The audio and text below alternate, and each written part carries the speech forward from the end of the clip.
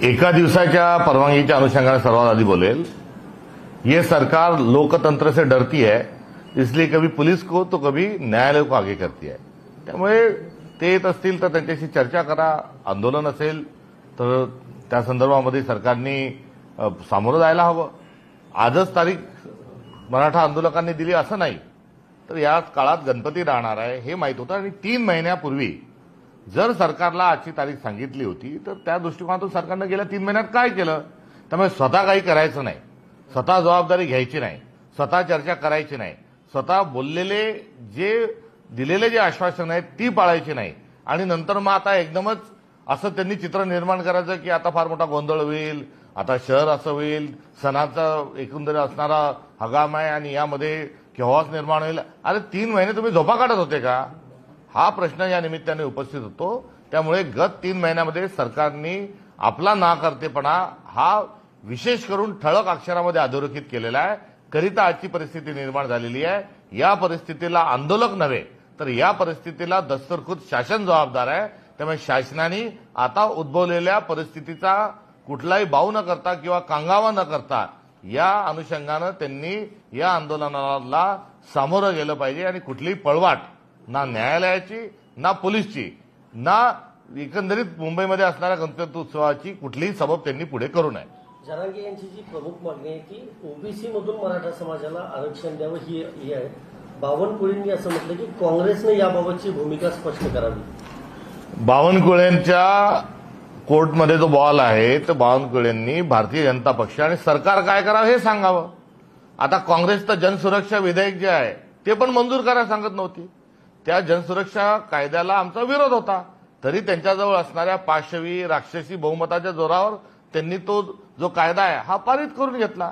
आता आंदोलनाला काँग्रेसची भूमिका काय आहे हे विचारण्याच्या आधी बावनकुळेजींनी पहिले देवेंद्र फडणवीसांनी आम्हाला बहुमत मिळाला 7 दिवसाच्या आत मराठा आरक्षणाचा जो काही निर्णय आहे तो आम्ही घेऊ असं सांगितलं होतं। याचं स्मरण त्यांना या निमित्ताने करून द्यायचं आहे आणि सोबतच काँग्रेसला यामध्ये नाहक ओढण्याची कुठलीही आवश्यकता नाही। यामध्ये मागचं जे सरकार आहे जसा पिक्चर भाग 1 भाग 2 बाहुबली 1 बाहुबली 2 धूम 1 धूम 2 तसंच हे आता धूम 2 सरकार आहे। पहिले जे होतं ते एकनाथ शिंदेच्या सरकारमध्ये तिन्ही पक्ष सहभागी होते आणि तत्कालीन मुख्यमंत्र्यांनी छत्रपती शिवाजी महाराजांच्या पायाला जाऊन नमस्कार करून नतमस्तक होऊन भाषण अर्ध सोडून तिथे गेले, पुन्हा माईकवर आले, शपथ घेतली शिवाजी महाराजांची आणि सांगितलं की मराठा समाजाला आम्ही आरक्षण देऊ।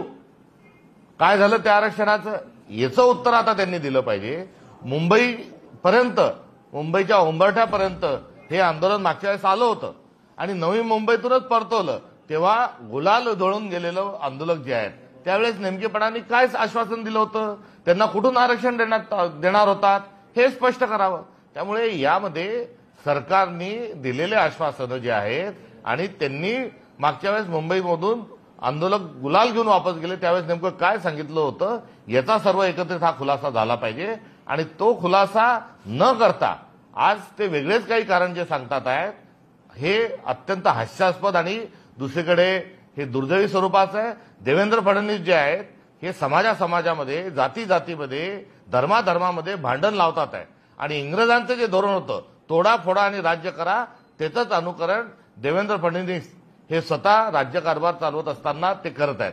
2014ला मुख्यमंत्री बनण्याच्या आधी धनगर समाजाला त्यांनी काय आश्वासन दिलं होतं की पहिल्या मीटिंगमध्ये पहिल्या कॅबिनेटमध्ये पहिला निर्णय आणि पहिली स्वाक्षरी मी धनगर समाजाच्या आरक्षणाची करेल।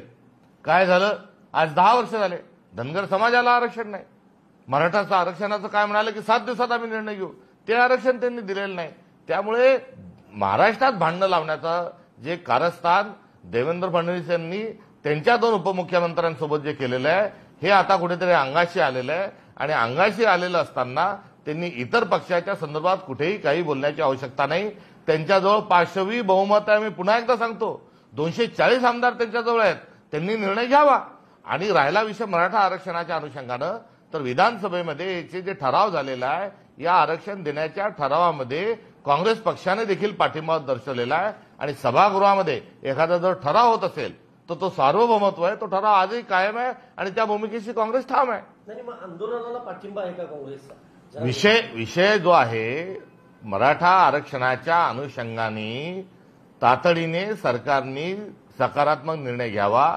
त्यांनी ज्या ज्या काही गोष्टी बोलले होते त्या सर्व गोष्टी त्यांनी कराव्यात. आणि हा मराठा समाजाचं जे आरक्षण आहे हा राजकीय मुद्दा नाही. हा मुद्दा जो आहे हा सामाजिक न्यायाचा मुद्दा आहे. हा एक सोशो इकॉनॉमिकल जी असणारी समाजाची परिस्थिती आहे त्यातून कशा पद्धतीनं समाधान करता येईल त्या अनुषंगाचा आहे. आणि त्या संदर्भामध्ये थेट स्वरूपामध्ये सरकारनी भूमिका ही घेतली पाहिजे. आणि ती भूमिका घेत असताना सागर नावाचा बंगला जो आहे, ज्या सागर बंगल्यामध्ये मागच्या काळात देवेंद्र फडणवीस उपमुख्यमंत्री असताना ते राहिले आहेत. सागर बंगल्यात काय काय कारस्थानं झाली होती ते त्यांनी उघड करावेत. आणि त्या सागरमध्ये जे काही मंथन झालं त्या मंथनातलं अमृत जे आहे ते स्वतः त्यांनी पिऊन घेतलं. ते अमृत जे निघालं त्याच्यातला सत्तेचा जो मलिदा निघाला, त्याच्यातलं जे लोणी निघालं हे भाजपने एकट्याने खाल्लं. आणि त्यातलं जे विष आहे हे संपूर्ण महाराष्ट्रामध्ये त्यांनी शिंपडलं. मराठा ओबीसी वाद निर्माण केला, हिंदू मुस्लिम वाद निर्माण केला, जाती जातींचे वेगवेगळे घरं त्यांनी निर्माण केले. आणि एवढं मोठं विष या समाजामध्ये संतांच्या भूमीतल्या महाराष्ट्रामध्ये त्यांनी पेरलं की त्यामुळे एक फार मोठी दुफळी ही आपल्या महाराष्ट्रामध्ये निर्माण झालेली आहे. आम्ही तर सद्भावना घेऊन चाललोच आहे.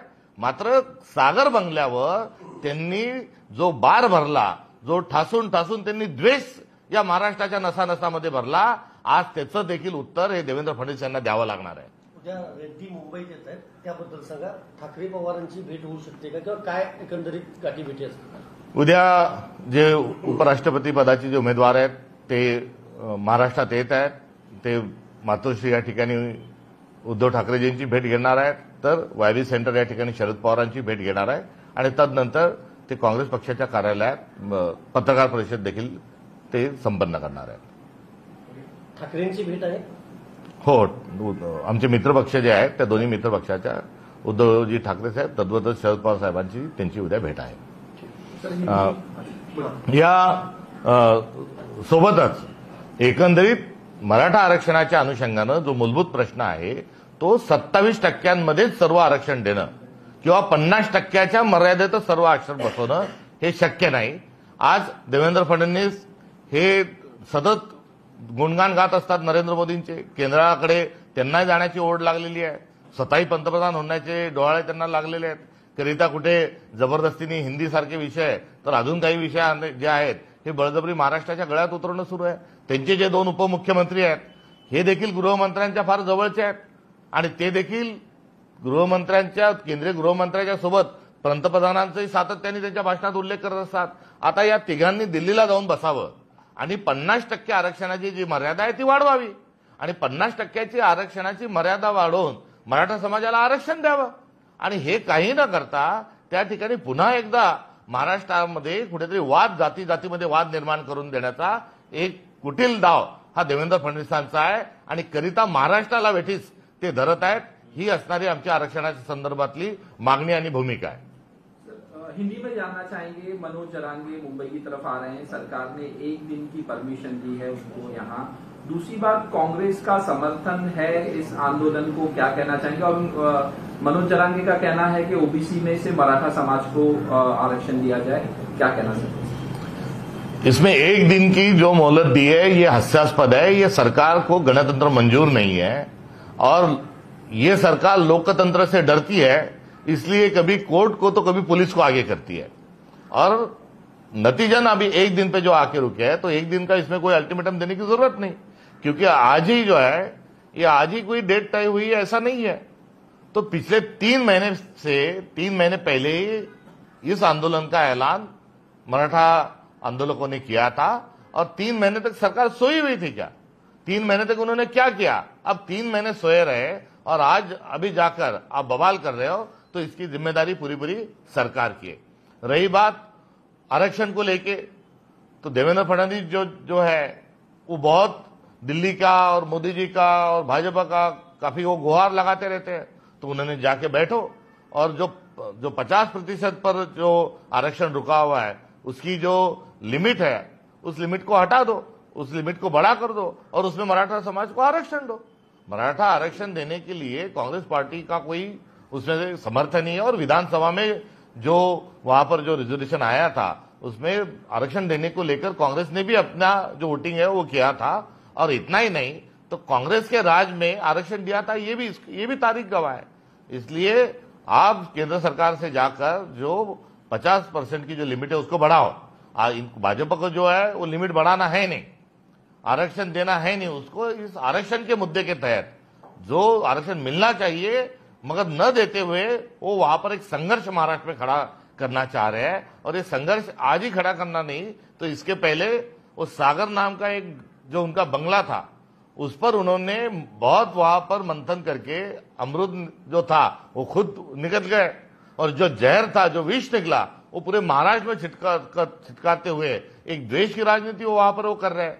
और जो मक्खन जो है वो पूरा वो निकल गए, और जो छाछ है अभी वो छाछ कभी अपोनेंट के खिलाफ में, विरोधी नेता दल के खिलाफ में वो फेंकने का जो प्रयास कर रहे हैं, ये बहुत ही संगीन स्वरूप का एक उनका कारनामा है। फोड़ो तोड़ो और राजनीति करो, ये अंग्रेजों की चाल जो है वही वो चल रहा है। और उनको इसमें समाधान जो है वो तुरंत निकाल सकते हैं। उनके पास 240 विधायक है, उनके पास केंद्र सरकार है। उन्होंने यदि दिल पे लिया और उन्होंने यदि ठाना तो 5 मिनट के भीतर इसमें से रास्ता निकल सकता है। उपराष्ट्रपति के जो कैंडिडेट हैं वो कल आ रहे हैं यहाँ, क्या कहना चाहेंगे? उपराष्ट्रपति जी के कैंडिडेट जो है वो महाराष्ट्र के दौरे पर है। कल वो यूबीटी नेता इंडिया अलायंस पार्टनर आदरणीय उद्धव जी ठाकरे साहब की सबसे पहले मुलाकात लेगी, उसके बाद आदरणीय शरद पवार